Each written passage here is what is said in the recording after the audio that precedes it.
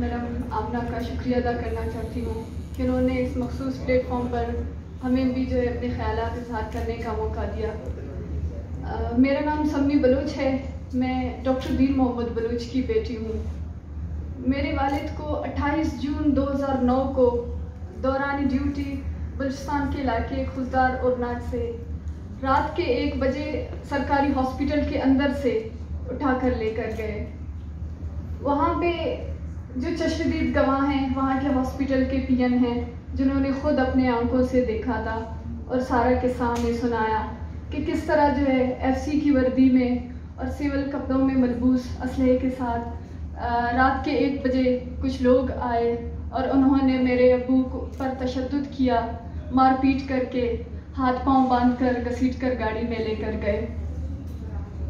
हम पहले तो एक नॉर्मल ज़िंदगी गुजार रहे थे जो कि सब लोग गुजारते हैं। हमें उस वक़्त मेरी उम्र बहुत छोटी थी, मुझे किसी चीज़ का इल्म नहीं था। जब हमें सबसे पहले बताया गया कि मेरे वालिद को गुमशुदा किया गया है तो मुझे समझ नहीं आया कि कौन और क्यों मेरे वालिद को गुमशुदा किया गया है, किसने किया है।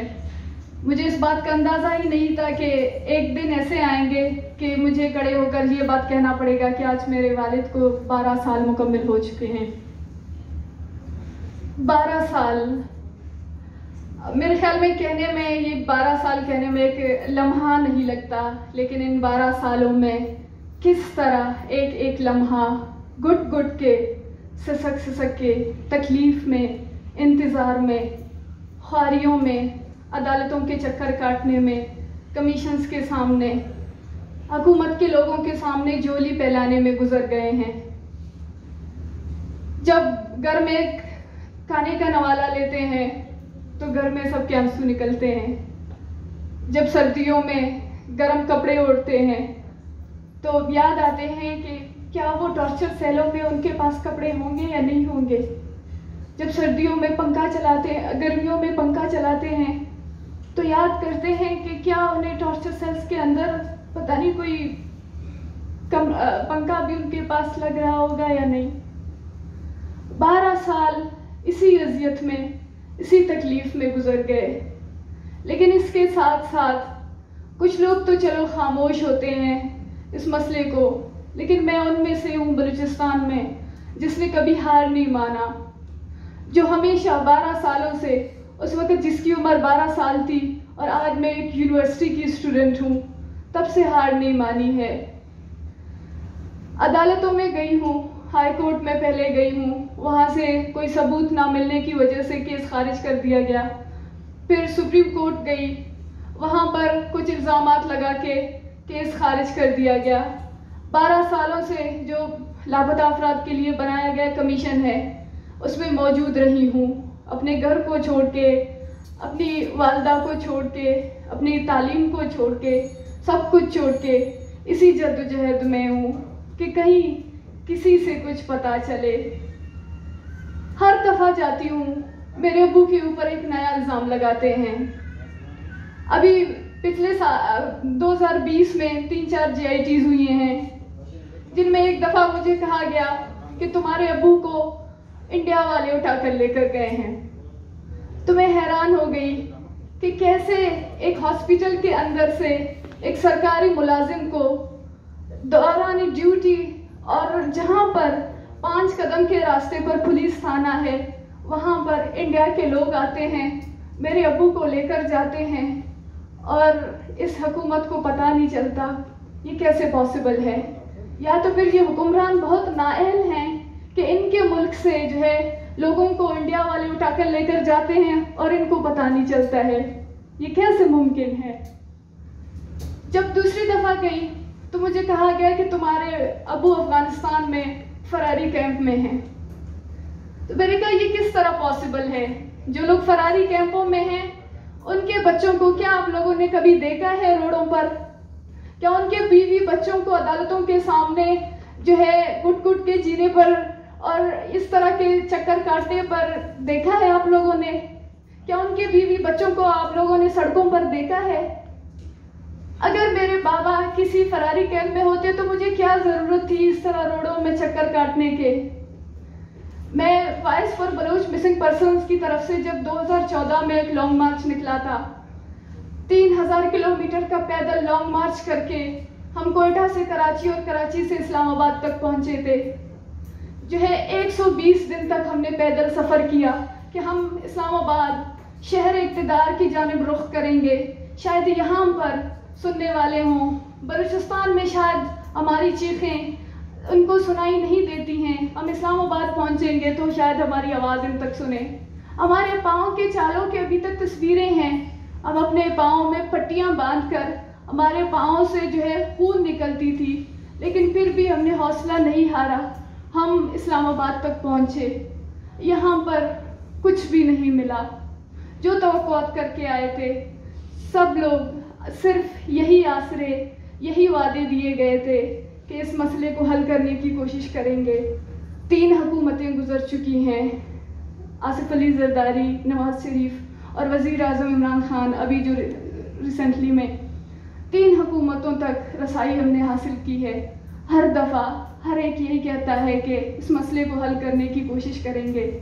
समझ नहीं आता इस मसले का हल किसके पास है, कौन है इस मुल्क के सबसे बड़े ओहदेदारों के पास। अगर इस मसले का हल नहीं है तो किसके पास है।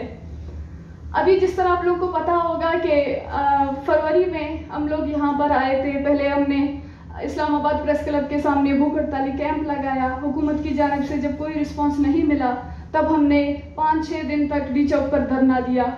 वहाँ पर पहले तो हमें कोई रिस्पांस नहीं मिला, फिर बाद में जो है कुछ लोग आए और आखिर में शिरीन मज़ारी साहबा आई थी। उन्होंने यकीन दहानी कराई थी कि वज़ीर आज़म हमसे 15 मार्च तक मुलाकात करेंगी। यहाँ पर लवाहिकीन बहुत सारी उम्मीदें साथ लेकर आई थी कि वज़ीर आज़म हमसे मुलाकात करेंगी, हम अपने तमाम दुख दर्द उनको बताएंगे। लेकिन वज़ीर आज़म साहब ने मुलाकात उस वक़्त नहीं की। अभी 18 मार्च को उन्होंने हमसे मुलाकात की थी और धरने को ख़त्म करते वक्त उन्होंने हमसे यही यकीन दहानी कराई थी कि जब हम उनसे मुलाकात करेंगे तो जितने हमने उनको केसेस की लिस्ट दी है वो सब हमें बताएंगे, उन केसेस के बारे में बताएंगे कि वो उन लोगों का जो है स्टेटस क्या है इन केसेस में। लेकिन अफसोस के साथ हमने जितनी भी उनको लिस्ट दी थी उनमें से किसी एक के बारे में भी उन्होंने हमें नहीं बताया कि कौन जो है किसका केस। हमने इतनी उनके साथ हम उम्मीदें और तवक्कुआत लेकर गए थे, लेकिन एक के बारे में हमें उन्होंने नहीं बताया। सिर्फ मेरे वालिद के हवाले से उन्होंने बताया कि जो है तुम्हारे वालिद के हवाले से हमें रिपोर्ट मिला है कि इसको पर्सनल एनिमिटी पे उठाकर लेकर गए हैं। तो मेरे आंसू निकले। मैंने कहा कि इतने सालों से तो यही सुनते आए हैं, अभी आपके पास आए हैं कि आप हमें कुछ और बताएं।